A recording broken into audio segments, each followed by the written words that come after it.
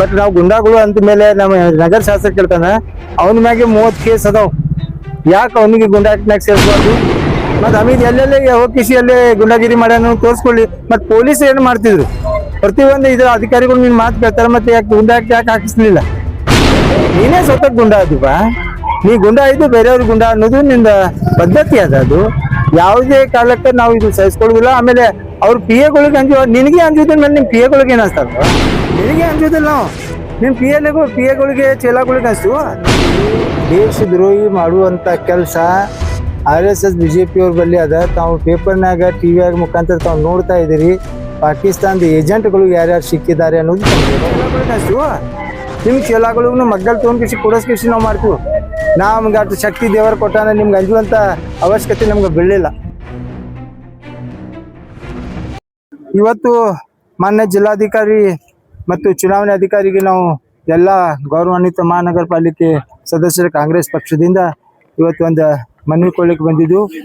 ಜಿಲ್ಲಾಧಿಕಾರಿಗಳು ಅವರು ಬೇರೆ ಕಡೆ ಹೋಗಿದ್ರಿಂದ ಅಪ್ಪರ್ ಜಿಲ್ಲಾಧಿಕಾರಿ ಆದಂಥ ಔದ್ರಾಮ್ ಸಾಹೇಬರಿಗೆ ಭೇಟಿಯಾಗಿ ಕೂಲಂಕಷವಾಗಿ ಬಹಳಷ್ಟು ಈ ಏನು SR ಬಗ್ಗೆ ಚರ್ಚೆ ಮಾಡೋದಿತ್ತು, ಚರ್ಚೆ ಮಾಡಿದ್ದೀವಿ. ಅದರಲ್ಲಿ ಏನು ನಾವು ಮನವಿ ಮಾಡಿದ್ವಿ ಅಂದ್ರೆ, ನಿನ್ನೆ ಕೆಲ BL ಅವರಿಗೆ ಒಂದು ಮೆಸೇಜ್ ಬಂದಿದೆ. ಯಾವ್ಯಾವ ಫಾರಮ್ ಇದಾವ ಫಾರಮ್ಗಳನ್ನು ನೀವು ಒಂದು ಪಂಚನಾಮ ಮಾಡಿ ತಂದು ಕೊಡ್ರಿ ಅಂತ. ಆದರೂ ಕೂಡ 8ನೇ ತಾರೀಕು ತನಕ ಟೈಮ್ ಇರೋದ್ರಿಂದ ಈ ಗಡಬಡಿ ಮಾಡ್ಕಿಸಿ ಕೆಲವೊಬ್ಬರದು ಡೂಪ್ಲಿಕೇಟ್ ವೋಟ್ ಇದ್ರು ಸಹಿತ ಅದು ಸೇರಿಸುವಂತ ಹುನ್ನಾರ ನಡೀತಾ ಇದೆ. ಯಾಕಂದ್ರೆ ಮೊನ್ನೆ ತಾನೇ ಇಲ್ಲಿ ಕೆಲವೊಂದು ಭಾಗದಲ್ಲಿ ಎಲ್ಲ ಮುಖಂಡರ ಕರೆಸ್ಕಿಸಿ ಚರ್ಚೆ ಮಾಡಿ ಅವರು ಪ್ಲಾನ್ ಹಾಕ್ತಿದ್ದಾರೆ. ನಮ್ಮ ಡೂಪ್ಲಿಕೇಟ್ ವೋಟ್ಗಳನ್ನು ಉಳಿಸ್ಕೊಳ್ಳಿಸಲಾಗಿ ಹುನ್ನಾರವನ್ನು ನಡೆಸ್ತಿದ್ದಾರೆ ಅನ್ನೋದು ನಮ್ಗೆ ಕಂಡು ಬಂದಿದೆ.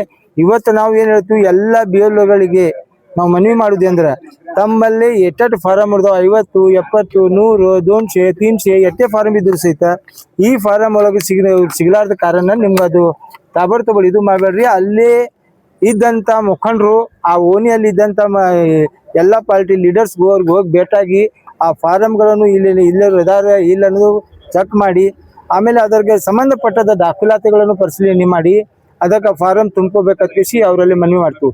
ಒಂದ್ ವೇಳೆ ತಾವು ಏನಾದರೂ ಯಾರ ಮಾತು ಕೇಸಿ ಡೂಪ್ಲಿಕೇಟ್ ಮಾಡಿದಾಗ ಆ BLO ಮ್ಯಾಗ ಮತ್ತು ಅವ್ರು ಏನು ಡೂಪ್ಲಿಕೇಟ್ ಮಾಡ್ಯಾರ ಅವ್ರ ಮ್ಯಾಗನು ಕೇಸ್ ಆಗ್ತಾ ಇದೆ. ಆದ್ರಿಂದ ನಮ್ಮ ಮುಖಂಡರು ಒಂದು ನಮ್ಗೆ ಇದು ತಿಳಿಸಿದ್ದಾರೆ, ತಾವು ಎಲ್ಲರೂ ಅಲ್ಲಿ ಹೋಗಿ ಮನವಿ ಮಾಡ್ರಿ. ಆ ಜಿಲ್ಲಾಧಿಕಾರಿಗೆ ಅವ್ರಿಗೆ ಹೇಳ್ರಿ ಯಾವ್ಯಾವ ಡೂಪ್ಲಿಕೇಟ್ ವೋಟ್ ಅದಾವ ಅದು ತೆಗಿಲಕ್ಕ ಅವರಿಗೆ ಜವಾಬ್ದಾರಿ ಕೊಡ್ರಿ.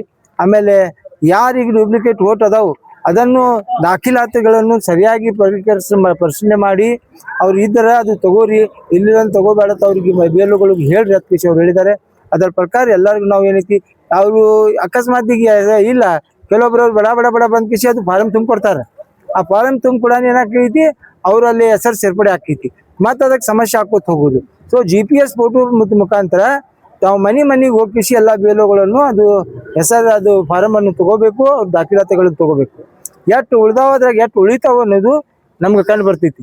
ಯಾವುದೇ BLO ಆಗಲಿ ಅದಕ್ಕೆ ಒಂದು ಡೂಪ್ಲಿಕೇಟ್ ಮಾಡಕ್ ಪ್ರಯತ್ನ ಮಾಡಿದಾಗ ಕಾನೂನು ಪ್ರಕಾರ ಅವ್ರ ಮೇಲೆ ಕ್ರಮ ಆಕೈತಿ.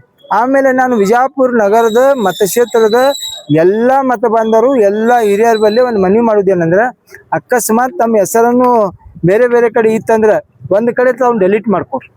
ಯಾಕಂದ್ರೆ ನಿಮ್ಮ ಮ್ಯಾಗನು ಕೇಸ್ ಹಾಕಿದ್ರೆ ಬರೀ BLO ಮ್ಯಾಗ ಆಗುದಿಲ್ಲ, ಯಾರು ಡೂಪ್ಲಿಕೇಟ್ ವೋಟ್ ಮಾಡ್ಕೊಂಡಿರ್ತಾರೆ ಅವ್ರ ಮ್ಯಾಗನು ಕೂಡ ಕೇಸ್ ಹಾಕೈತಿ. ನಾವು ಬಿಜಾಪುರ ನಗರಕ್ಕೆ ಸೇರೋರು ಬಿಜಾಪುರ ನಗರನಾಗೆ ಇರಲಿ, ಬೇರೆ ಊರ್ಲಿಂದ ಬಂದ್ ಕಿಸಿ ಅವ್ರು ಯಾರು ಒತ್ತಡ ಮ್ಯಾಗ ತದಾರ ಅಂಥವೆಲ್ಲ ತಾವೇ ಖುದ್ದಾಗಿ ಅದಕ್ಕೊಂದು ಅಪ್ಲಿಕೇಶನ್ ಕೊಡಿ. ನಾಳೆ ನಿಮ್ಗೆ ಹೇಳ್ದವ್ರು ಯಾರೂ ಬರುವುದಿಲ್ಲ, ನೀವೇ ಅದಕ್ಕೆ ಸ್ವಯಂ ಇದು ಹಾಕಿರಿ, ನಿಮ್ಗೆ ತೊಂದರೆ ಬರ್ತೈತಿ. ಆ ತೊಂದರೆ ಗಿಡ ಆಗಬಾರ್ದು ಕಿಸಿ ತಮ್ಮಲ್ಲಿ ಮನವಿ ಮಾಡ್ತೀವಿ. ನೀವು ದೇಶನಾಗ ಎಲ್ಲರೂ ವೋಟಿಂಗ್ ಒಂದು ಪವರ್ ಇಡ್ರಿ, ಒಂದೇ ಕಡೆ ಇರಬೇಕು, ಎರಡೆರಡು ಕಡೆ ಇರಬಾರ್ದು. ಇದನ್ನು ತಾವು ಗಮನ ಹರಿಸಬೇಕು. ತಾವು ಎಲ್ಲರೂ 100% ಬಿಜಾಪುರ ನಗರಕ್ಕೆ ಸೇರಿದವರು 100% ಲಿಸ್ಟ್ನಾಗ ಸೇರಿಸ್ಬೇಕು. ಅಕಸ್ಮಾತ್ ಉಳಿದವರು ಸಹಿತ ಮತ್ತೊಮ್ಮೆ ನಿಮ್ಗೆ ಅವಕಾಶ ಅದು ಸಿಗ್ತೈತಿ. ನೀವು ಸರಿಯಾಗಿ ದಾಖಲಾತಿ ಕೊಟ್ಕಿಸಿ ಅದನ್ನು ಹೆಸರು ಸೇರಿಸ್ಕೊಳ್ಳೋ ಕೆಲಸ ಮಾಡ್ಬೇಕಂತ ಆಮೇಲೆ ಮಾಡ್ತೀವಿ. ಈಗ BLO ಏನಾದ್ರು ಫ್ರಾಡ್ ಮಾಡ್ತಿರೋ ಸಿಕ್ಕದಂದ್ರೆ ಅವ್ರ ಮೇಲೆ ಏನ್ ಕ್ರಮ ಆಗತ್ತೆ? ಕಾನೂನು ಪ್ರಕಾರ ಅವ್ರ ಮ್ಯಾಗ ಕ್ರಮ ಆಗ್ತೈತಿ. ಮೊನ್ನೆ ವಾರ್ಡ್ ನಂಬರ್ 35 ಬೂತ್ ನಂಬರ್ 160 ಮೇಲೆ ರೆಡ್ ಹ್ಯಾಂಡ್ ಸಿಗ್ಬಿಟ್ಟಿದ್ರು. ಸೊ ಅವ್ರ ಮೇಲೆ ಏನು ಇನ್ನೂ ತನಕ ಕ್ರಮ ನೋಡ್ರಿ, ಜಿಲ್ಲಾಧಿಕಾರಿಯು ಅದಕ್ಕೆ ಒಂದು ಗಮನ ಹರಿಸ್ತಿದ್ದಾರೆ. ಅದರ ಬಗ್ಗೆ ಕುಲಂಕುಷವಾಗಿ ವಿಚಾರ ಮಾಡ್ತಿದ್ದಾರೆ. ಅವ್ರ ಮೇಲೆ ಆಕ್ಷನ್ ಹಾಕೈತಿ. ಯಾವ ರೀತಿ ಆಕ್ಷನ್ ಮಾಡ್ತಾರೋದು ಕಾದ್ ನೋಡ್ಬೇಕಾಗಿದೆ. ಯಾಕಂದ್ರೆ ಈಗ ಒಮ್ಮೆ ಒಂದು ಯಾರು BLO ಮೇಲೆ ಆಕ್ಷನ್ ಆಯ್ತಂದ್ರೆ ಉಳಿದ BLO ಕೆಲಸ ಮಾಡಕ್ ತೊಂದರೆ ಆಕೈತಿ ಅನ್ನೋದು ದಿಶಾಲಿಂದ ಅವ್ರು ಏನೂ ಅದ್ರ ಬಗ್ಗೆ ಇದು ಮಾಡ್ತಾ ಇಲ್ಲ. ಬಟ್ ನಾವು ಮಾತಾಡಿದಾಗ ಅವ್ರ ಮ್ಯಾಗ ಆಕ್ಷನ್ ತಗೋತೀನಿ ಅಂತ ಖುಷಿ ಹೇಳಿದ್ದಾರೆ. ಡೇಟ್ ಮುಗಿದ ನಂತರ ಆಕ್ಷನ್ ತಗೊಂಡೇನು ನೋಡಿ, ಆಕ್ಷನ್ ಯಾವಾಗಲೂ ಈಗ ನೀವು ಯಾವುದೇ ಒಂದು ಕಾನೂನಾಗ ನೀವೊಂದು ಕೇಸ್ ಆದಾಗ ನಿಮ್ ತಾಬಡ್ತೋಡ್ ಶಿಕ್ಷೆ ಸಿಗುದಿಲ್ಲ. ಅದ ಕೋರ್ಟ್ ಕಚೇರಿ ಇದು ಇರ್ತಾವ, ಅದ್ರ ಪ್ರಕಾರ ಅದು ಹೋಗ್ಬೇಕಾಗಿತ್ತು. ಕಾನೂನು ಒಂದ ನಾವು ಕೈಯಲ್ಲಿ ತಗೊಳಕ್ ಬರುದಿಲ್ಲ. ಅವ್ರೆಲ್ಲ ಜಿಲ್ಲಾಧಿಕಾರಿಯವರು ಹುಷಾರದಾರ, ಅವ್ರೆಲ್ಲಾರು ಯಾವ್ಯಾವ ತಗೋಬೇಕನ್ನೋದು ತಗೋತಾರ. ಅದ್ರ ಬಗ್ಗೆ ನಾವು ಸಾಕಷ್ಟು ಸಲ ಅವ್ರು ಕೂಡ ನಾವು ಮನವಿ ಮಾಡಿ ಅವ್ರು ತಗೋತಾರ ಅನ್ನೋದು ವಿಶ್ವಾಸ ನಮ್ಗೆ ಇದೆ. ಯತ್ನಾಳ್ ಅವರು ಕಾಂಗ್ರೆಸ್ ಮುಖಂಡರು ಗುಂಡಾಗಳಿದ್ದಾವೆ, ಕಾಂಗ್ರೆಸ್ ಗುಂಡಾಗರ್ದಿ ಮಾಡ್ತಾ ಇದ್ದಾರೆ ಅಂತ ಹೇಳ್ತಾ ಇದ್ದಾರೆ. ತನ್ನ ಪಿಎಗೆ ಕಾಂಗ್ರೆಸ್ ಮುಖಂಡ ಅಬ್ದುಲ್ ಹಮೀದ್ ಮುಷೀಫ್ ಅವರು ಅಂಜು ಹೋಗಿದ್ದಾರೆ ಅಂತ ಅದ್ರ ಮೇಲೆ ಅವರು ಸ್ಟೇಟ್ಮೆಂಟ್ ಇದು ಕೊಟ್ಟಿದ್ದಾರೆ. ನೋಡ್ರಿ, ಅಬ್ದುಲ್ ಹಮೀದ್ ಮುಷರೀಫ್ ಆಗಲಿ ಕಾಂಗ್ರೆಸ್ ಯಾವುದೇ ಮುಖಂಡ ಆದ್ರಿ ಅಂತ ಗುಂಡಾಗಳಿಗೆ ಅಂಜುದು ನಮ್ಮ ತಾಕತ್ತ, ನಮ್ಮ ಶಕ್ತಿ ನಮ್ಗೆ ಅದ ಅವ್ರಿಗೆ ಮಾಡಿಸುದು. ಬಟ್ ನಾವು ಗುಂಡಾಗಳು ಅಂದ ಮೇಲೆ ನಮ್ಮ ನಗರ ಶಾಸಕ ಹೇಳ್ತಾನ ಅವನ ಮ್ಯಾಗೆ 30 ಕೇಸ್ ಅದಾವ. ಯಾಕೆ ಅವನಿಗೆ ಗುಂಡಾಟ್ನಾಗ ಸೇರಿಸಬಾರ್ದು? ಮತ್ ಅವನು ಏನ್ ಯಾವ್ದು ಹಮೀದ್ ಮೇಲೆ ಹೆಸರ್ಲ ಕೇಸ್ ಅದಾವೇನ?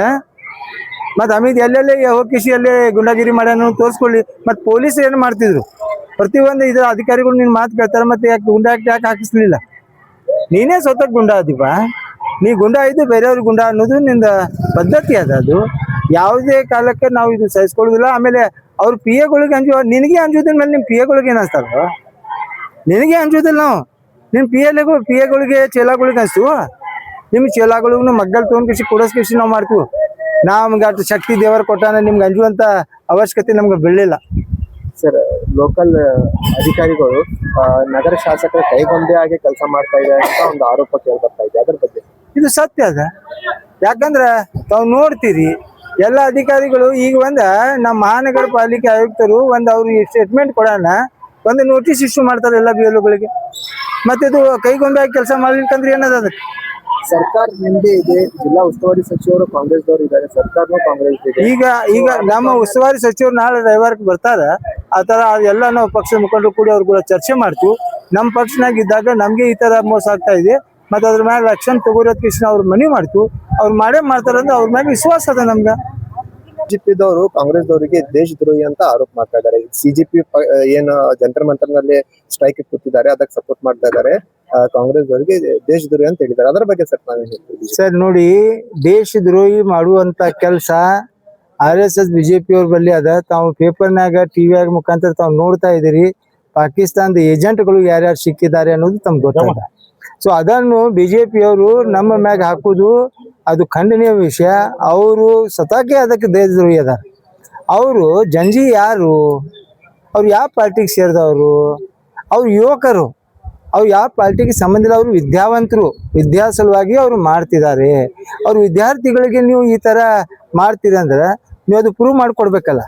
ನಿಮ್ಗ ನೈತಿಕತೆ ಏನಾದ್ರು ಇತ್ತಂದ್ರೆ ಧರ್ಮೇಂದ್ರ ಪ್ರಧಾನಿಗೆ ಇನ್ನೂ ತನ ನೀವು ರಾಜೀನಾಮೆ ಕಳಿಸ್ಬೇಕಾಗಿತ್ತು. ಈ ದೇಶದಂತೆ ಎಲ್ಲ ಜನಜೀಗಳು ಅದಕ್ಕೆ ಹೋರಾಟ ಮಾಡ್ತಾ ಇದ್ದಾರೆ. ಬಹಳಷ್ಟು ಮಂದಿ ಎಲ್ಲ ಪಾರ್ಟಿಯವರು ಅದಕ್ಕೆ ಸಪೋರ್ಟ್ ಮಾಡ್ತಾ ಇದ್ದಾರೆ. ಯಾಕೆ ಮಾಡ್ತಾ ಇದ್ದಾರೆ? ಅದು ನಮ್ಮ ದೇಶದ ಭವಿಷ್ಯ.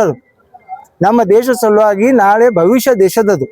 ಅಂಥವ್ರಿಗೆ ದೇಶದ್ರೋಹಿ ಅಂದಾಗ, ಪಕ್ಷಕ್ಕೆ ದೇಶದ್ರೋಹಿ ಅಂದಾಗ ತಾವು ಮಹಾನ್ ದೇಶದ್ರೋಹಿ ಅದಿರಿ. ತಾವು ದೇಶದ್ರೋಹಿ ಇದಿರಿ. ತಾವು ಕೂಡ ಏನದ ನಮ್ಮ ಜನಜಿಗೆ ಹೊಡ್ಸುವುದು ಬಡಿಸುವುದು, ಹೆಣ್ಣು ಮಕ್ಕಳಿಗೆ ಗುಂಡಾ ವರ್ತನೆ ಪೊಲೀಸರು ತಂದು ಕಿಸಿ ಕೆಲವೊಂದು ನೇಮ್ ಪ್ಲೇಟ್ ಇಲ್ಲ ಅವ್ರಿಗೆ. ಅವ್ರು ಯಾರು ಗುಂಡಾಗಳು? ಅವ್ರು ಯಾವ ದೇಶದವರು?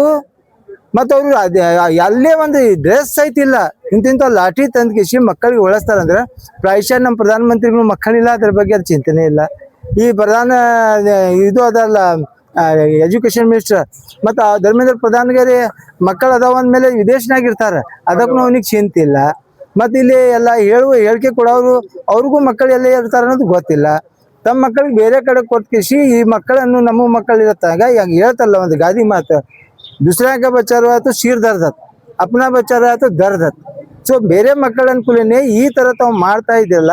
ಇದು ನಾಳೆ ನಿಮ್ಗೆ ಅದಕ್ಕೆ ಉತ್ತರ ಕೊಡ್ಬೇಕಾಗ್ತೈತಿ. ನಿಮ್ಗೆ ಅದು ಉತ್ತರ ಆ ಜಂಜಿಯವರು ಕೊಡ್ತಾರ. ಇಡೀ ದೇಶಕ್ಕೆ ಅದು ಒಂದು ಮಾದರಿ ಉತ್ತರ ಅನ್ನೋದು ಇದರ ಮ್ಯಾಗೆ ತೋರಿಸ್ತಾ ಇದ್ದಾರೆ. ಅವ್ರು ಮಾಡಿ ತೋರಿಸ್ತಾರ. ಸುಮ್ಕೆ ಅಲ್ಲದ ಸಲ್ಲದ ದೇಶದ್ರೋಹಿ ಅದು ದ್ರೋಹಿ ಅಂದ್ರೆ ನೀವೇ ದೇಶದ್ರೋಹಿ ಇದ್ದೀರಿ, ನೀವೇ ಸತಾ ಹೇಳ್ಕೊಳಕತ್ತೀರಿ ಅನ್ನೋದು ಈ ಸಂದರ್ಭದಲ್ಲಿ ನಾನು ಹೇಳಿಕೆ ಬಯಸ್ತೀನಿ.